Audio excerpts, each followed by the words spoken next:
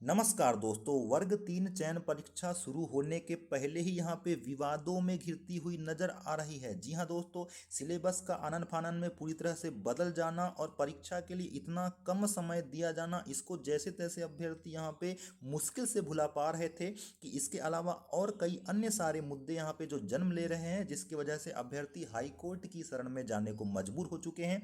तो अब यहाँ पे ये कयास लगाए जा रहे हैं कि क्या इस भर्ती परीक्षा का हाल भी आपकी वर्ग 2 चयन परीक्षा के जैसे तो नहीं हो जाएगा, जिसमें कि अब तक आपका यहाँ पे हाई कोर्ट के निर्णय का हवाला देते हुए आपका रिजल्ट जारी नहीं किया गया है। आखिरी में जिस पॉइंट की बात करने वाला हूं दोस्तों, ये वर्ग 2 चयन परीक्षा में बहुत गरमाया मुद्दा था, जिसपे हाई कोर्ट की शरण में अभ्यर्थी चले गए थे और इसी पॉइंट को यहाँ पे रूल बुक में मेंशन किया गया है, तो उसकी भी बात करेंगे। इसके अलावा किन किन चीज़ों पे याचिका लगाने के लिए अभ्यर्थी मजबूर है, तमाम प्रकार की चीज़ों को लेकर के इस रूल बुक में हम टू दी पॉइंट बात करने वाले हैं। दोस्तों सबसे पहले तो जिस पॉइंट को लेकर के अभ्यर्थी यहाँ पे आपकी हाई कोर्ट की शरण में जाने को मजबूर है, वह पॉइंट आपका आयु सीमा से जुड़ा हुआ है। जी हाँ दोस्तों, 1 जनवरी 2025 की स्थिति में अभ्यर्थी अगर 21 वर्ष से कम आयु का है तो वह फॉर्म नहीं भर पाएगा। इसको लेकर के तमाम प्रकार के अभ्यर्थी यहाँ पे हाई कोर्ट जाने के लिए तैयार हो चुके हैं। अब क्या कुछ चीज़ें हैं उसकी अपडेट हम यहाँ पे बाद में देंगे। इसके अलावा दूसरी जो चीज़ है जिसकी वजह से यहाँ पे हाई कोर्ट की शरण में अभ्यर्थी जाने को मजबूर हो चुके हैं, वह मुद्दा जुड़ा हुआ है आपका ये 7.2 पॉइंट को देखिए। जी हाँ दोस्तों, 7.2 का आप यहाँ पे तीसरे नंबर का जो पॉइंट देखेंगे तो उससे समझ में आ जाएगा यह मुद्दा आपका आरक्षण से जुड़ा हुआ है अतिथि शिक्षकों के। आपको बता दें कि अतिथि शिक्षकों को इसके पहले 25% का ही आरक्षण दिया जाता था, लेकिन पिछली आपकी वर्ग 2 चयन परीक्षा और आपकी वर्तमान की वर्ग 3 चयन परीक्षा की जो रूल बुक है, इसमें तीसरे पॉइंट में देख सकते हैं सीधी भर्ती में शिक्षकों के रिक्त पदों का 50% जो पद है वो अतिथि शिक्षकों के लिए आरक्षित कर दिया जाएगा, बशर्ते 3 वर्ष और न्यूनतम 200 दिन उनके द्वारा पढ़ाया जाना चाहिए। तो इसको लेकर के काफ़ी अभ्यर्थी अपने हितों के संरक्षण को लेकर के जो फ्रेश कैंडिडेट हैं वो यहाँ पे हाईकोर्ट की शरण में जाने वाले हैं। तो ये आपका दूसरा मुद्दा है जिसकी वजह से भर्ती को पेंडेंसी देखने को मिल सकती है।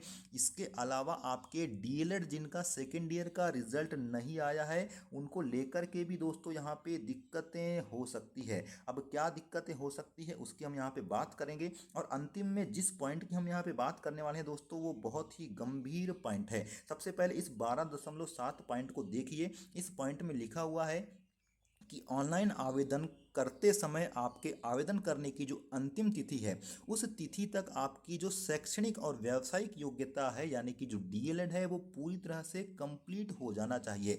अतिथि शिक्षकों के संबंध में भी ये है कि अगर उनके पास उस अंतिम तिथि तक 3 वर्षों का डिजिटल यहाँ पे सर्टिफिकेट आपका पढ़ाने का है, टीचिंग का है, तो ही वो यहाँ पे आवेदन कर सकते हैं, अदरवाइज नॉन गेस्ट से उनको भरा जाना होगा। तो ऐसी स्थिति में जो डीएलएड सेकेंड ईयर में अध्ययनरत छात्र थे जिनका कि अभी रिजल्ट नहीं आया है, तो उनकी यहाँ पे दिक्कतें हो सकती है। जबकि पात्रता परीक्षा के समय उन्हें सेकेंड ईयर में अध्ययनरत होने की वजह से ले लिया गया था, लेकिन अब जब चयन परीक्षा हो रही है और उनका रिजल्ट नहीं आया है तो उनको फॉर्म भरने की अनुमति यहाँ पे नहीं है, जिससे कि वो बहुत ज़्यादा परेशान है और यहाँ पे कोर्ट की शरण में जाने को मजबूर है अगर यहाँ पे रिजल्ट उनके अंतिम डेट तक नहीं आता है। तो ये आपकी 3 बिंदु हो चुके हैं दोस्तों, जिसमें आयु वाला हो चुका है, अतिथि का 50% आरक्षण वाला हो चुका है, डीएलएड को लेकर के हो चुका है। लेकिन अब जिस मुद्दे की हम बात करेंगे, सबसे गरमाया हुआ मुद्दा वही है दोस्तों। जी हाँ दोस्तों, हम यहाँ पे बात करने वाले हैं आपके 12.5 पॉइंट को लेकर।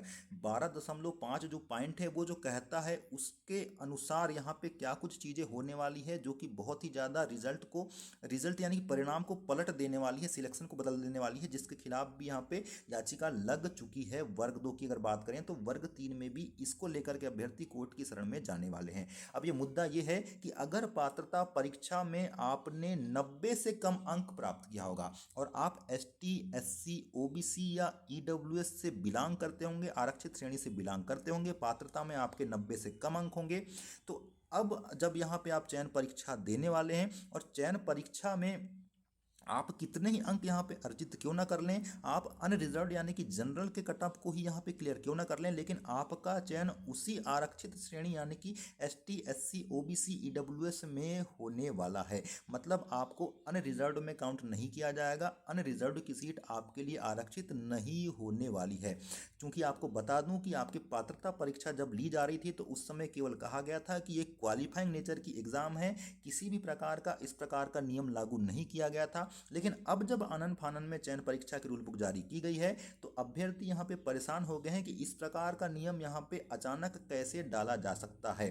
तो इसको लेकर के अभ्यर्थी यहाँ पे कोर्ट की शरण में जाने को मजबूर हो चुके हैं। तो बहुत सारी ऐसी चीज़ें हो सकती हैं दोस्तों जिसको लेकर के यहाँ पे रिजल्ट में पेंडेंसी आपको देखने को मिल सकती है। इसके अलावा भी तमाम प्रकार की जो चीज़ें हैं दोस्तों उस पर क्या कुछ चीज़ें हो सकती है उसको हम यहाँ पे लाने का प्रयास करेंगे। आपके जो भी यहाँ पे डाउट हो सकते हैं उसको कमेंट बॉक्स में आप कमेंट जरूर करिएगा, उसको हम यहाँ पे वीडियो के माध्यम से सॉल्व करने का प्रयास जरूर करेंगे। आगामी जो भी अपडेट होगी तब तक के लिए नमस्कार।